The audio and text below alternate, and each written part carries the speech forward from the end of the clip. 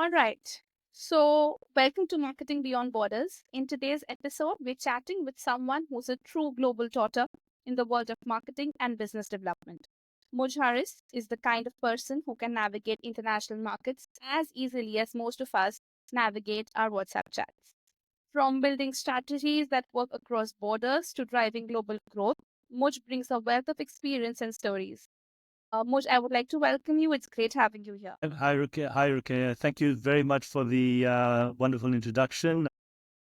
Not sure it sort of befits my experiences in that, but I'm humbled to be present on this podcast and looking forward to answering and providing bits of wisdom to your audience and to businesses out there, big and small, based on my global experiences around the world.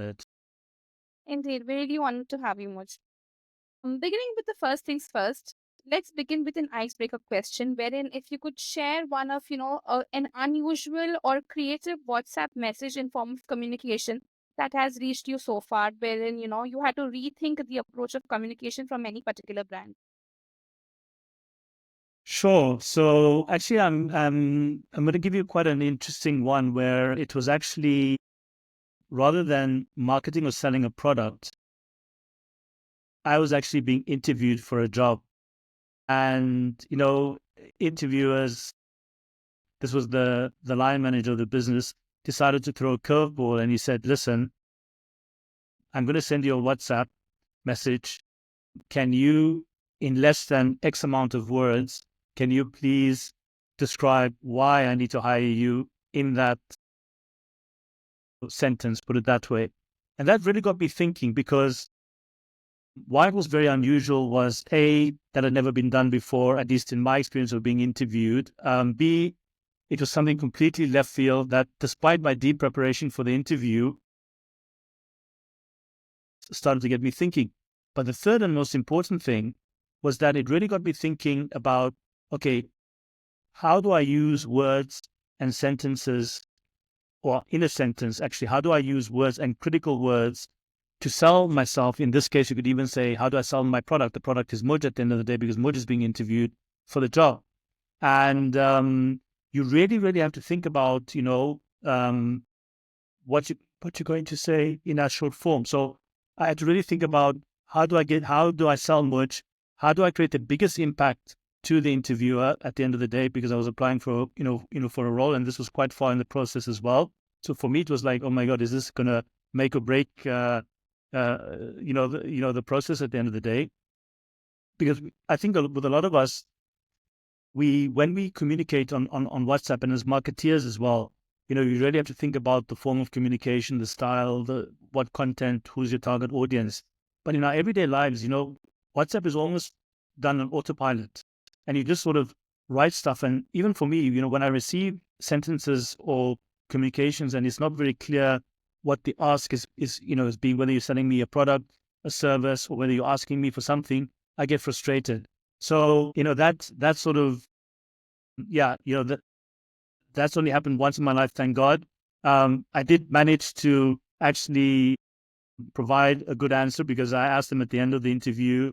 He said, "No, but you did really well in terms of answering that specific question." But it's always made me cognizant of the fact when we do work with WhatsApp, for example, especially with our customers or clients or other businesses, to be really, really cognizant of how I'm messaging, making sure that, I'm wordsmithing very, very carefully. And, how can I drive the greatest impact? Because people look at WhatsApp today, literally you have their attention for less than 5 seconds. And either they've then scrolled, scrolled on to something else or scrolled on to the whatever next has to be discussed. Completely understand that. Yeah, so marketers have to wear multiple hats, one of them being copywriting and, summarizing things in a nutshell and yeah, all of that. And these things are again inevitable even in our daily lives, wherein you being the product or something of that sort. That's an interesting story though. Okay, Yeah. that brings me to my next question, which again deals with the diverse experience that you have in, in the international market as a whole. What about us discussing some unique cultural difference that you've encountered wherein, you had to actually flip your marketing approach completely, like depending upon a different market that you were dealing with? Yeah. Actually, what I'm going to say is that, there's no one specific culture where you've got to radically change. I just think cultures are so radically different by region, right? So I think what one needs to do is, as a marketeer, is you need to have that, adaptability. And I've been in the privileged position of having, grown up. I was born in one country. I grew up in another country. I studied in a different country. I've worked in multiple different countries. Um, my response to that question is that you've got to, in essence, so for example, Asian culture, right? And when I'm talking about Asian culture, I'm talking about, Chinese, Japanese, sort of the far East Asia. That culture, for example, when you're dealing with them, be them clients or whether you're actually working for, a global multinational or and you're doing a campaign, you know that Asian people, because of the hierarchy system, they don't innately ask questions or they don't make decisions on the spot. So, for example, when you're trying to be agile and fast in the Asian market, you have to learn that sometimes is not always possible because the person is going to ask his or her line manager or manager for guidance, even though they may know the answer. And you as a global entity of that business are pushing them to say, listen, we need the answer really, really. So that's Asian culture, right?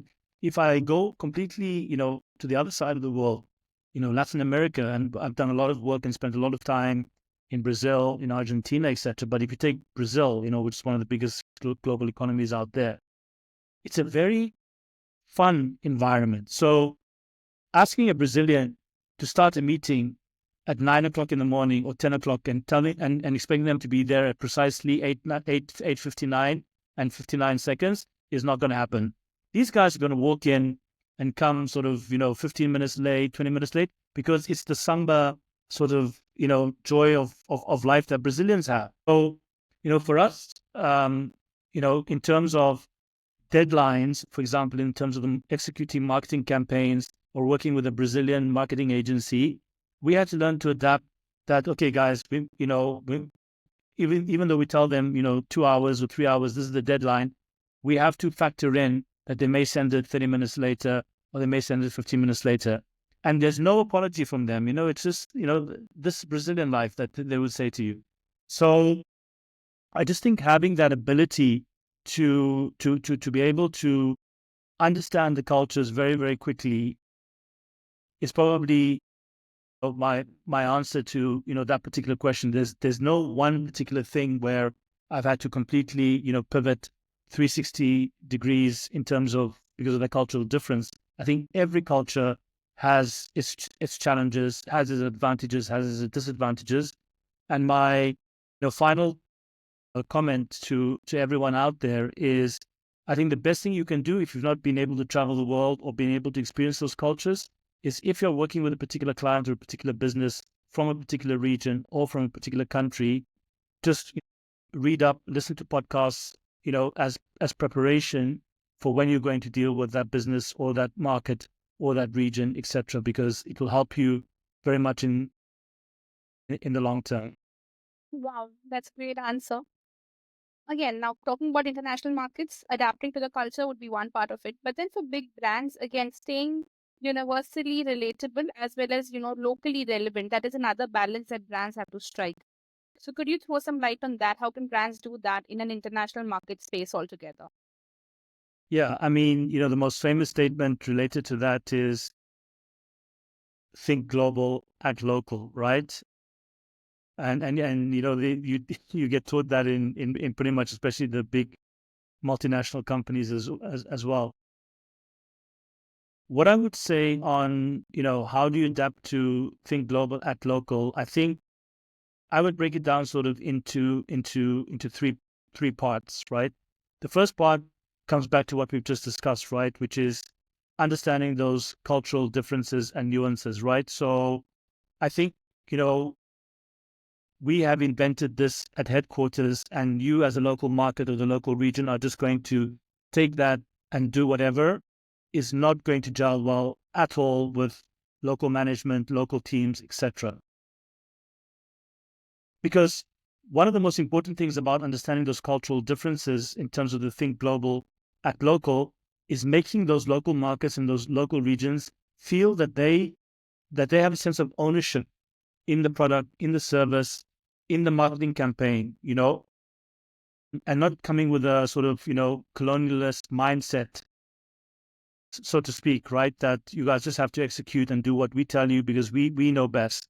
So one is understanding that those cultural differences, those nuances very, very quickly, and making friends with the local regional teams as quickly as possible, right? Second is structure, organizational structure. So, whether you're doing a global marketing campaign or whether you're launching a new product, I think I also, in my experience, I've spent a lot of time getting to know and understand how is the local region, how is the local market structured, right? So who are the key decision makers? What is the role that this particular individual is playing in the decision making of whatever product, service that one is, or campaign that one is trying to execute or trying to sell at the end of the day?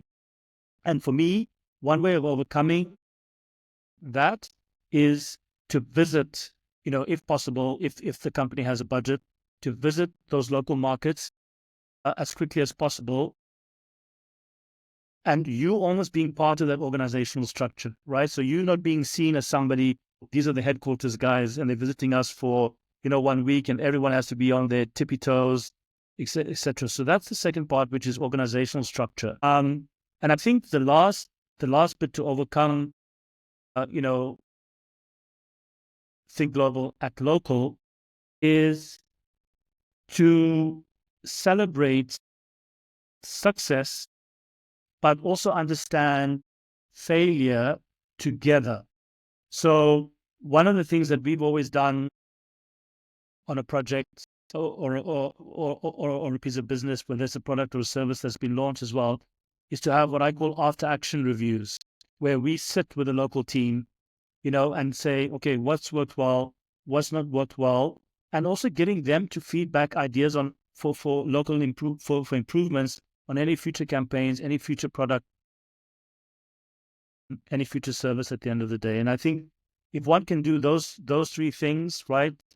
Cultural adaptability, organizationally structuring yourselves where you make the local region market team feel important. They're part of the global structure as well.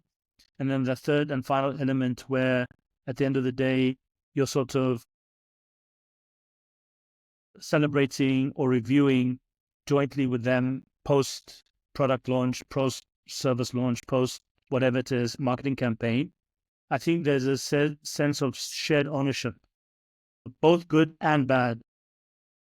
Always we've had, using that methodology, I would say, the best feeling is when the local markets say, when are you doing the next launch? We want to be part of the early adopters of the next launch. And I think, that's always wonderful to hear. And then, those three things are working in sync, in harmony with the local team. So yeah, that would be my my thoughts on act global, or think globally, act locally. It's again indeed a very crisp and very defined answer, which would actually break the things and help us understand better. Now, coming down to the next part of it, like for marketers, every day is like different. It's going to be challenging as such because no 2 days are going to be the same. In that case, was there any instance that you came across wherein you thought a campaign or any other activity as such is impossible, but then you actually managed to, make things work around there? Any such instance which at first looked impossible for you?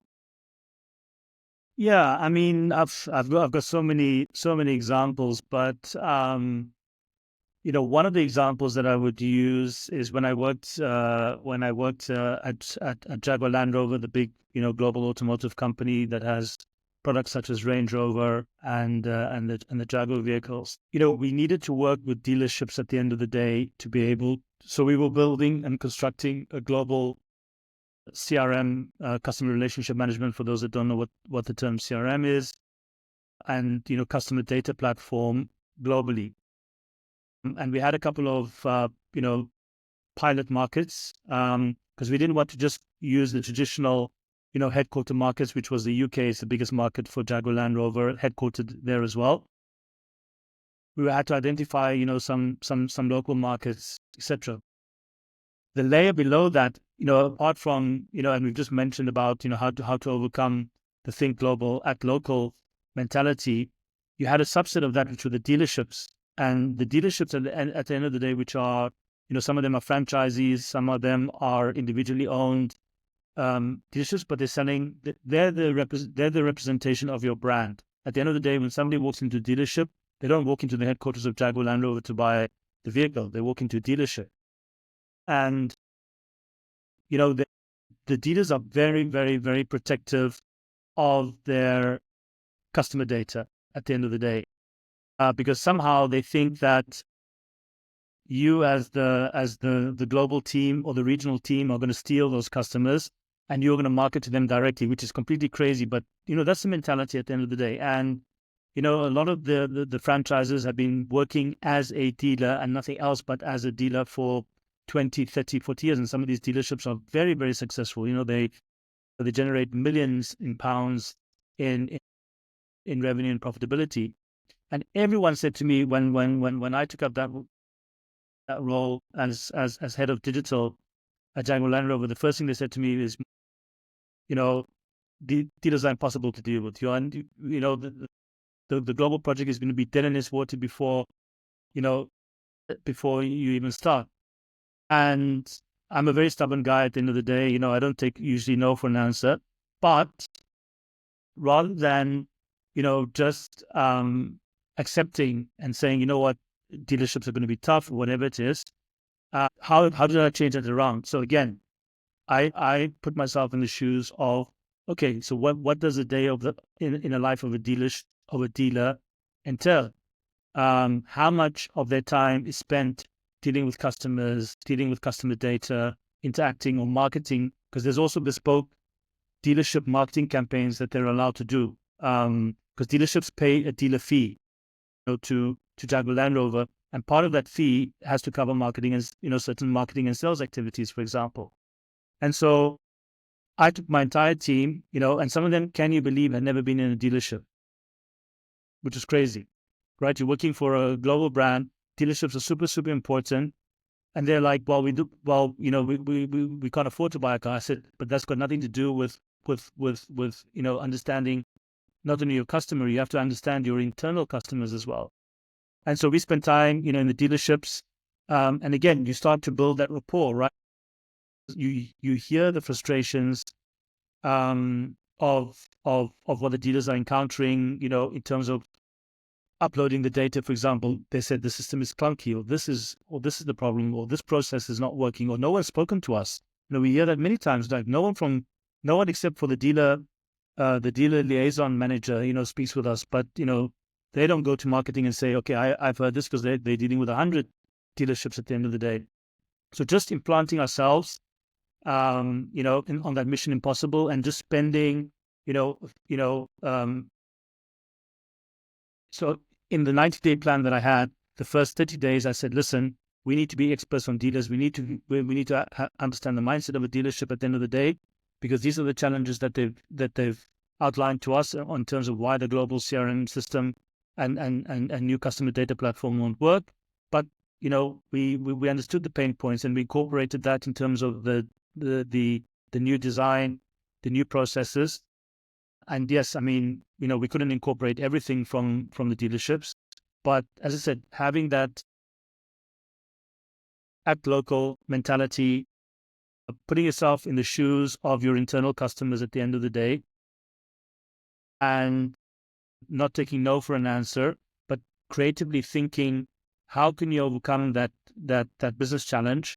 I think those are the three sort of, recipes for success for us to be able to get the support of the dealership, completely turning it around in a particular market. In this case, it was South Africa, because South Africa was a pilot market for the particular rollout that we wanted to do.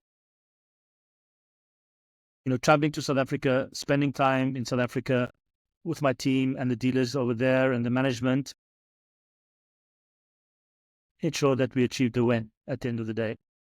Congratulations on that. Indeed, that sounds like an amazing experience for you, Moj. Thank you.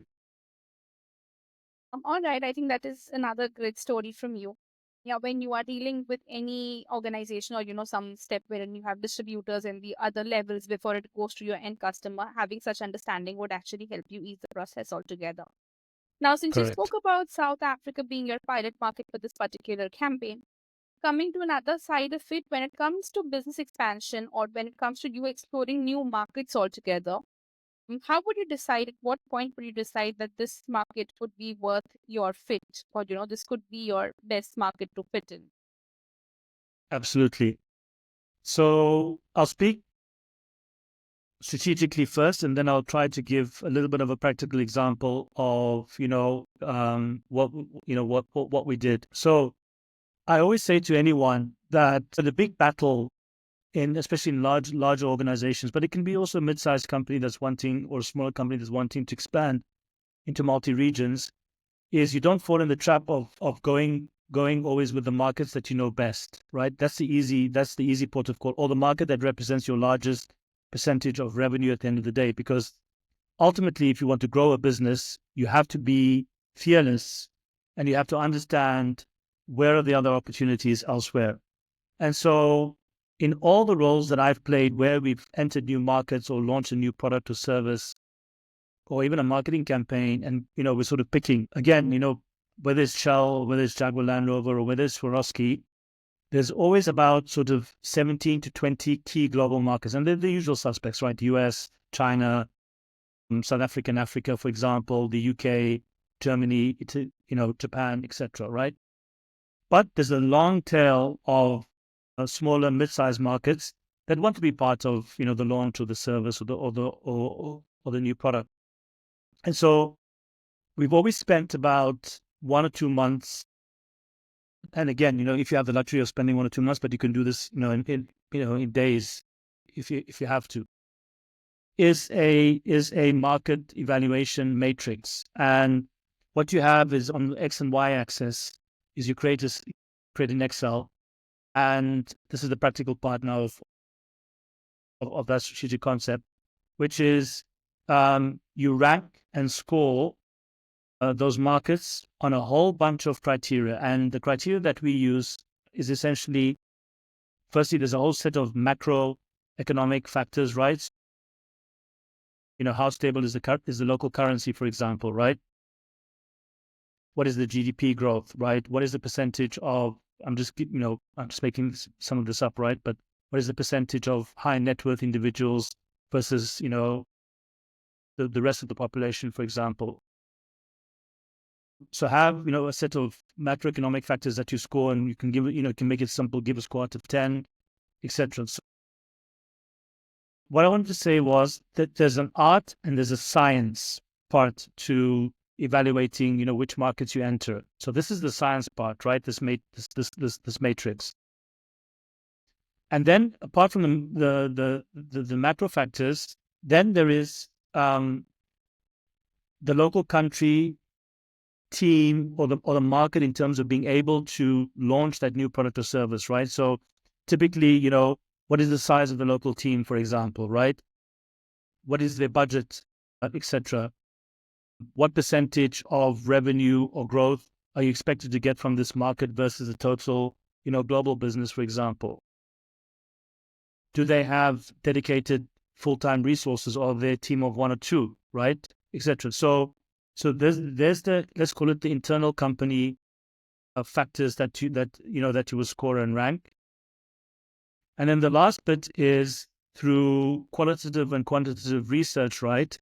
What is the market? What is the local market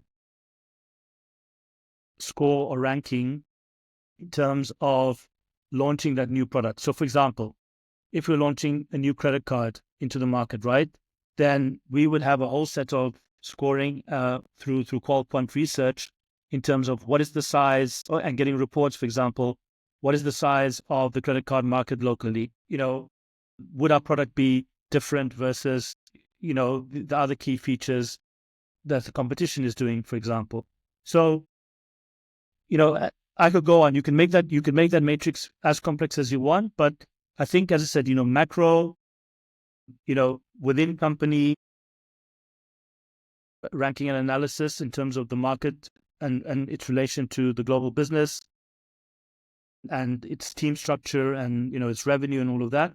And then the final bit, as I said, is doing external, market research called quant in terms of the local market's adaptability, scale of opportunity to launching whatever service or product, be it financial services, be it automotive, be it B2B product, etc. So that's the science bit.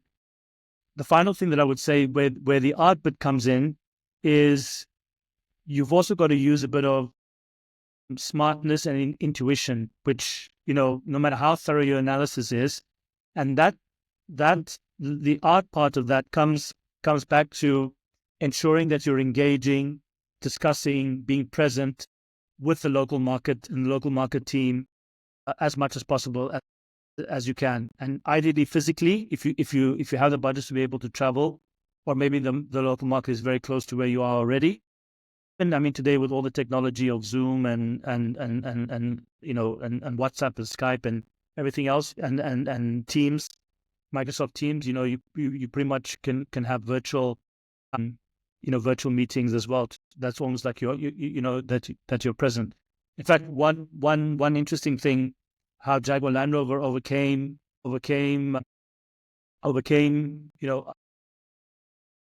the fact that they didn't want us traveling all the time because but travel budgets they were trying to ensure costs, was they invested in the technology where I forgot the name of the product now, but it's essentially, it was a large meeting room and they had these huge floor to ceiling screens, and basically you would walk into the meeting room and the technology, the cameras would follow you, that it would almost seem as if you were in that meeting in that local market. But that was, TAG was very visionary at that time, but that was them trying to address, the art part of it, and ensuring that even though we were, in Gaydon in the UK, if we were speaking to someone in the Russian team or whatever, it was like we were. Wow, that's sounding incredibly amazing. Yeah. So art and science, those are the two things that I would say in terms of what you need to do in terms of selecting, the markets. And my final comment would be, you don't have to make it perfect. Sometimes people get very, very stuck in the minutiae of the detail. Oh, this was a score of 8.5 out of 10. You've got to use also your intuition, your gut, but also, sometimes take a risk, and we've done that with markets. Some markets that in the beginning, when we did the analysis, it was like, the numbers are showing that it's a good launch market, for example. But, sometimes the intuition was like, maybe we need to put them as part of phase 2 or phase 3 launch, etc., and vice versa. Some markets where the scores were not that great, but, the local GM was passionate and he was like, come on, give us a chance. We really want to show ourselves. And they've proven us, that that they have the ability to execute despite the matrix scores being lower, putting them lower down the ranking. That sounds great. So yeah, there is room for growth probably in different markets as well beyond expectations. That Yeah. brings me to my next question, Moj, which is like, you've been dealing in high stake markets, with a lot of luxury brands. Could you highlight your best win according to you? Which would be the best win that you still remember and cherish? I'm sure there will be many, but the best one for you. Yeah. Can I use a non-luxury brand just because Sure. this win is really is the win of all wins for us as a business. So it was when I was chief marketing officer for a business-to-business division within Shell. We were selling natural gas to industrial and commercial clients. So the businesses were using industrial gas either for manufacturing purposes or for heating and power, etc. Anyway, and when I joined that business, they brought in a whole new management team. I was part of that management team. So they brought in a new general manager. They brought in new CFO, etc. And for 10 years, that business had always made losses, right? So basically what the mandate that was given to us is in essence, you guys have got 1 year to fix this business, otherwise we're going to sell the business. What we were very aware of right from the beginning was that business employed 200 people. And so, we knew that if we were not successful in terms of growing the business organically, 200 people effectively would lose their jobs. And some of these people had been working for this particular division within Shell for their whole lives. And I was the CMO, but I was also in charge of growth, because the business hadn't achieved growth. How the business had really grown over the last 10 years, and even though it didn't make any money or it had huge losses, it was buying portfolios of competitors, right? So they were artificially growing by buying customers or portfolios of other businesses at the end of the day. And, that's only sustainable up to a certain point. So anyway, the challenge obviously on myself, but also on the rest of the management was, we had to we put together a business plan, and including the marketing plan in terms of how we were going to grow organically, adopting all of those things that we've talked about previously, art and science, cultural adaptability, because that division was part of a pan-European division within Shell, and then ultimately, reporting into the top executive team within Shell. Was just we came with a very clear vision. We understood what was not good and what was good about our product. So we spent a huge amount of time with our customers revisiting, and we made sure that everyone in that business spend time with customers. So not only just the customers facing staff, the customer services center, for example, which I managed as well, but all of senior management within Shell, spend time with both big, small, medium-sized customers of ours. And why I was saying it is a win was because our marketing campaign, we were nominated at the end of the year for best marketing campaign of the year, best marketing team of the year, and best or most innovative product launch as well. But the big win was that, and this is what I'm most proud of, was it comes back to what I mentioned earlier on, where you've got to celebrate success. We're always very quick as businesses to criticize when things are not going well. You fire someone or you reduce the budget of a marketing campaign, whatever it is, right? But in this particular case, we spent a lot of time with the senior Shell executives, and we said to them, you know what? If we save the business, if we hit the number in the business plan, we want to take all 200 staff and celebrate outside of the UK. And my team found a venue in Switzerland, and we flew all 200 people there. And apart from celebration, we also incorporated some business things as well. And why I'm saying it's a big win, apart from saving that business, apart from growing that business organically, and as I said, the credit's not just down to myself, but every single one of those 200 people. But the best thing about that win was during that celebration in Gstaad in Switzerland, one of the team that had been working for the company for 10, 15 years, came up to me and they said to me, Moj, we just want to thank you and the management because I've never even been on an airplane. And this means just so much to me at the end of the day to be able to visit another country. So it comes back to the cultural part as well, where you just we take things for granted. And, just seeing, that comment at the end of the day has stuck with me. And it's really one of my most proudest achievements. And I'm sure if you speak to any of the other management team members there, they would say saving that business, saving 200 jobs, growing the business organically for the first time when everyone had said you're not gonna make it. For 10 years, everyone else has tried it. We've done a number amount of different management teams, and no one succeeded. That's the biggest win at the end of the day. So what I would just say in summary is have a very clear vision. Make sure that that vision of winning is articulated throughout the organization, including the janitor, the staff that are much lower down. Make sure you get their buy-in and understand those cultural differences, the art and the science in terms of executing, and obviously sheer hard work as well. But staying the course and not letting buffers put you off track allowed us to achieve what we wanted to achieve in terms of that huge win.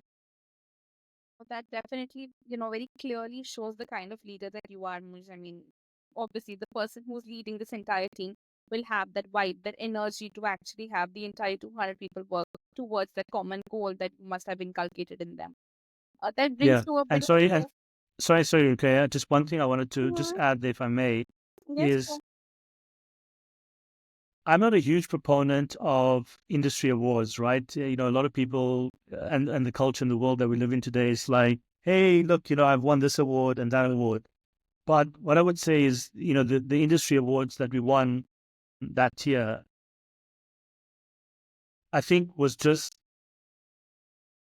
a recognition to the team rather than me or the management, for their success at the end of the day. Because, no one knows the criteria for awards and things like this. But for me, I think just getting that recognition from the industry and really ensuring that the team members appreciated and understood the impact of the work that they had done is one of the few times where sort of, we put forward, or I put forward our nomination, to those particular awards. that's great. Yeah, definitely. Celebrating wins, small or big, is something which the entire team would appreciate. But I would Yeah. like to know something personally from you. This could be the thing, appreciation would come in the later stage once you win something.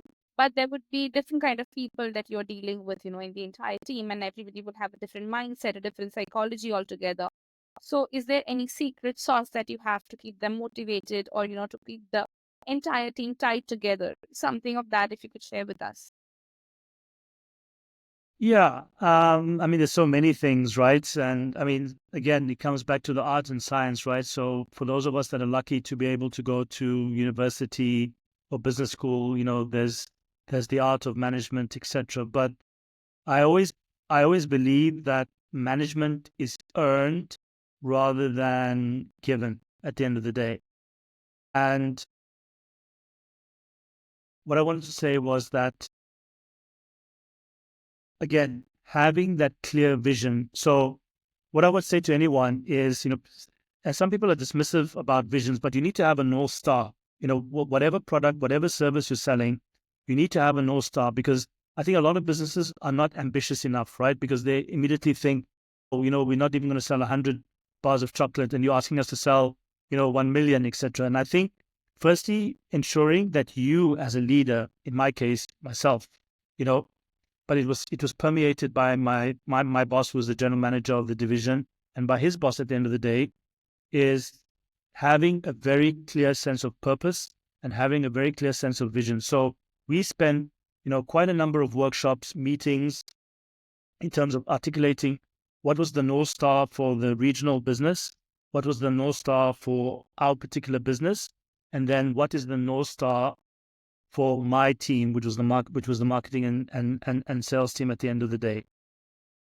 So that's number one in terms of getting the buy-in, because if people can and keep the North Star very simple, right? You need to be able to articulate it in one sentence. Don't write a whole, paragraph. I see this so many times, the mission statements being paragraphs, and like even myself, I can't even remember what the first paragraph is.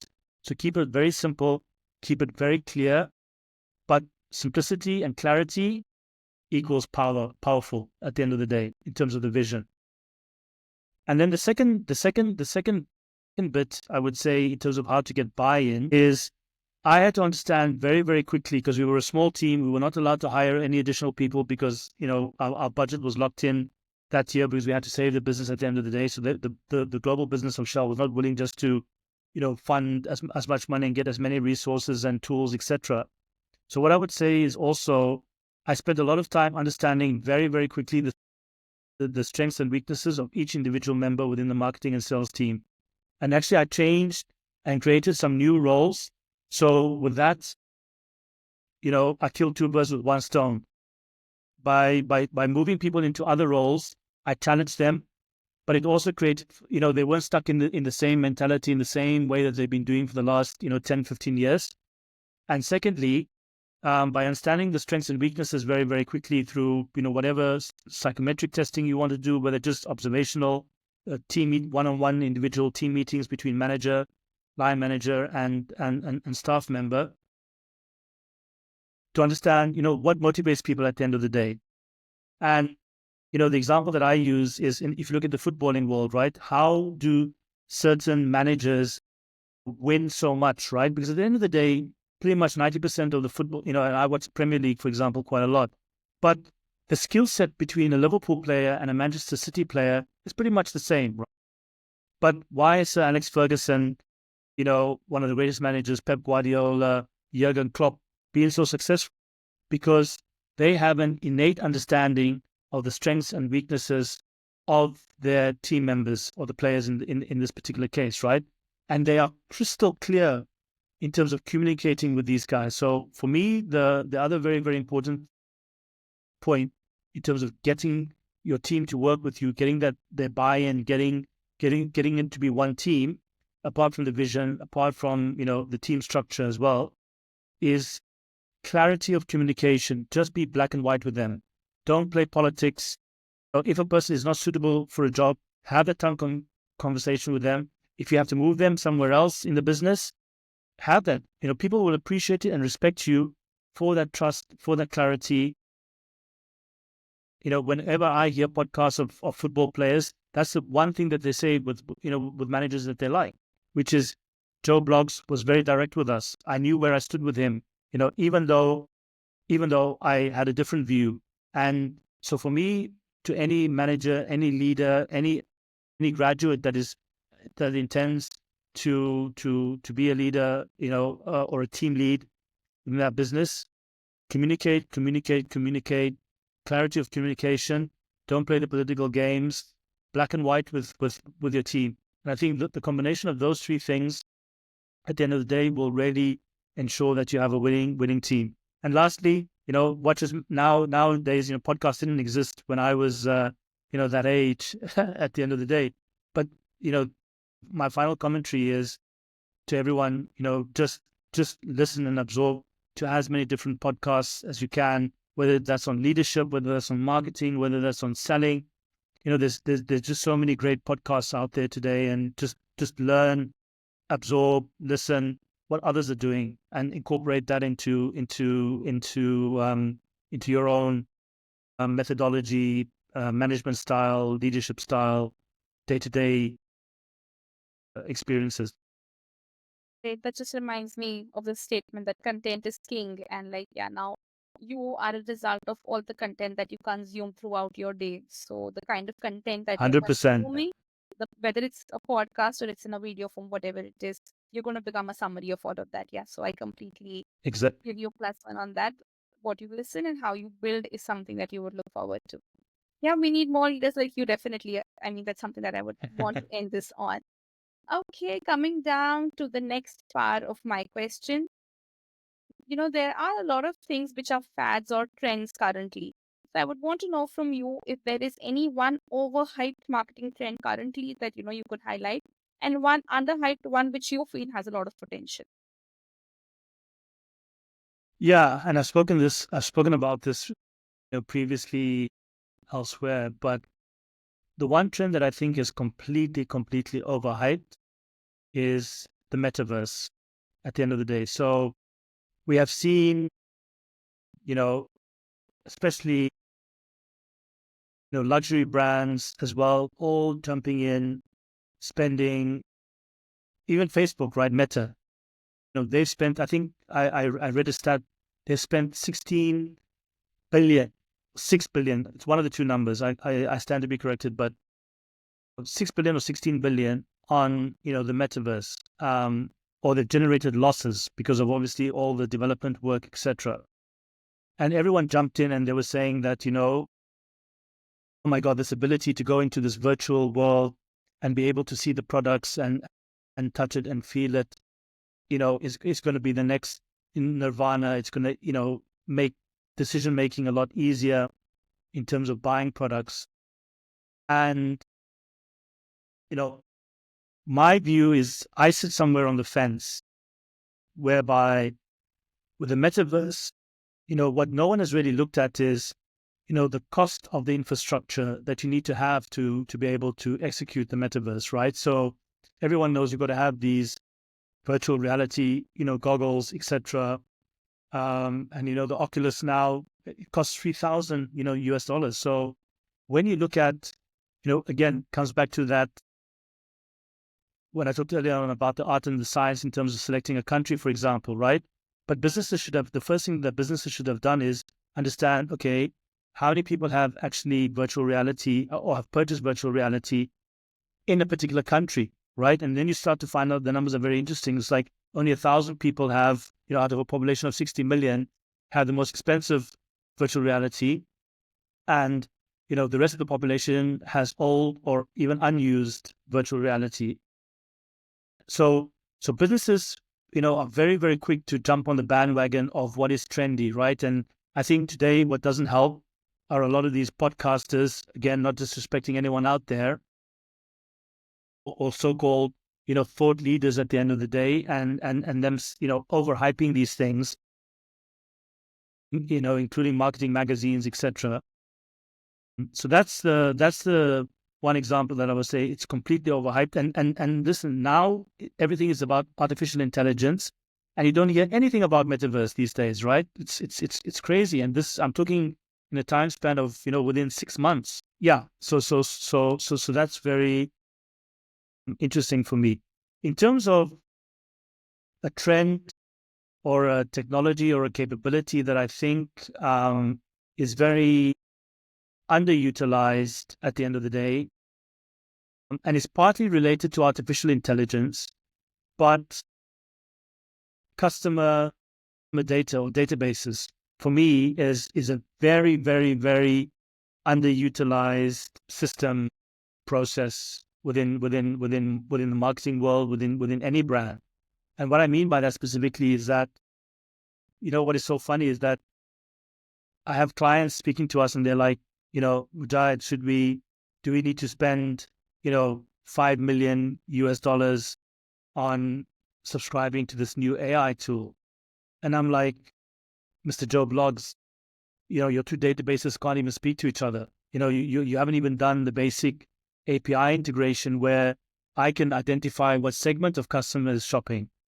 And segmentation and customer data and databases have been around since the 60s or the 70s.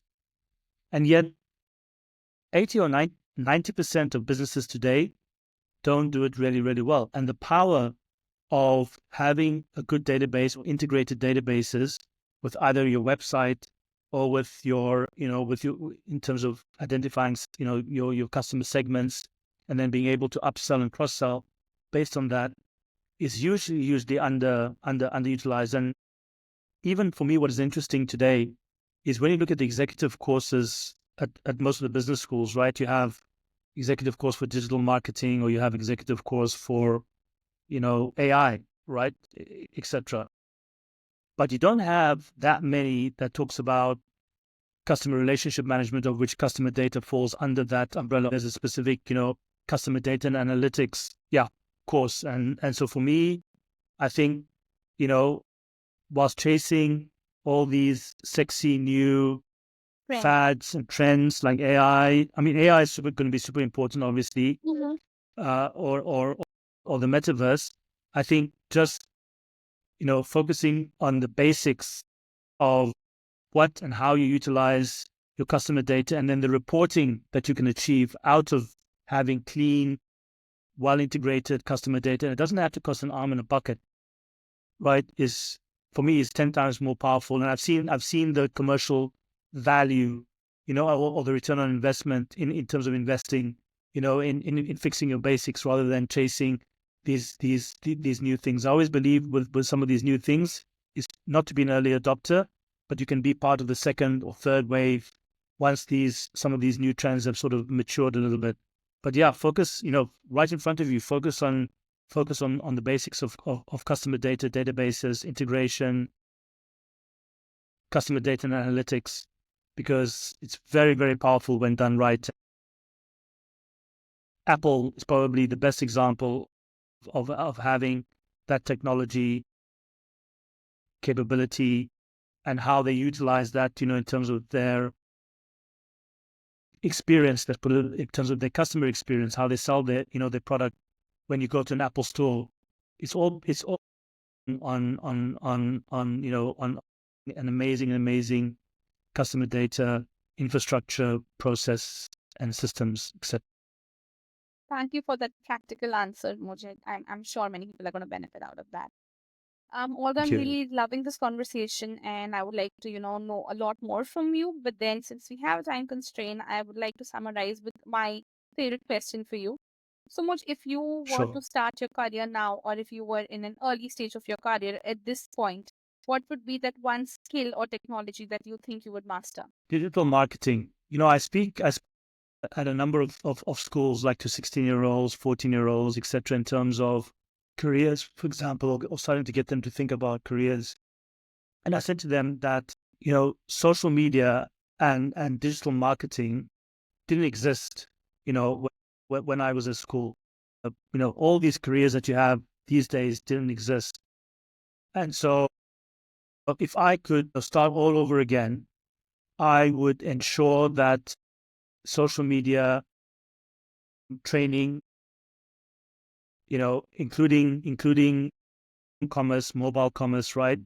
Because you look at the Gen Zs of today, right? And, they don't shop in store, right? They're shopping through TikTok. They're shopping through Snapchat. They're shopping through Instagram, Depop, for example. So yeah, that's what I would do, which is I would have signed up for courses by Google, because at that time, again, the universities didn't have, exact courses, or even schools were teaching. But, I would just say, yeah, I would spend all my time with influencers, um, just understanding and observing and learning about social media, and digital marketing to a certain extent. And when I say digital marketing, I include things like, what role does Google play, including search engine optimization. And I'm not talking about so much the technical skills, right? But just understanding the power of how these various technologies and tools can help your business grow. I mean, SEO, again, search engine optimization, to those that don't know what SEO is. Again, when I speak with a lot of guys, because, you'll know, Rukia, that SEO, it's a long play, it's a longer play. But, and then the first thing, business owners tell me is that, oh my God, Much, that's so expensive. I've got And to it's time spend, consuming you're as asking me to well. spend, yeah, time consuming, exactly. I've got to spend 5,000, I've got to spend 10,000 on this. But I'm like, but you do know that 80% of all searches on your product is done through Google. I'm like, if you don't want to be in that space, if you don't want to learn about that space, then don't complain to me why the marketing campaign, or why, the amount of followers on social media is not growing at the end of the day. So yeah, that's what I would have done if I had to start all over again in terms of technology, in terms of understanding one particular area of marketing. Was I would have studied social media and digital marketing, I think, from when I was playing with computers, right? I'm a child of the Commodore 64 ZX Spectrum.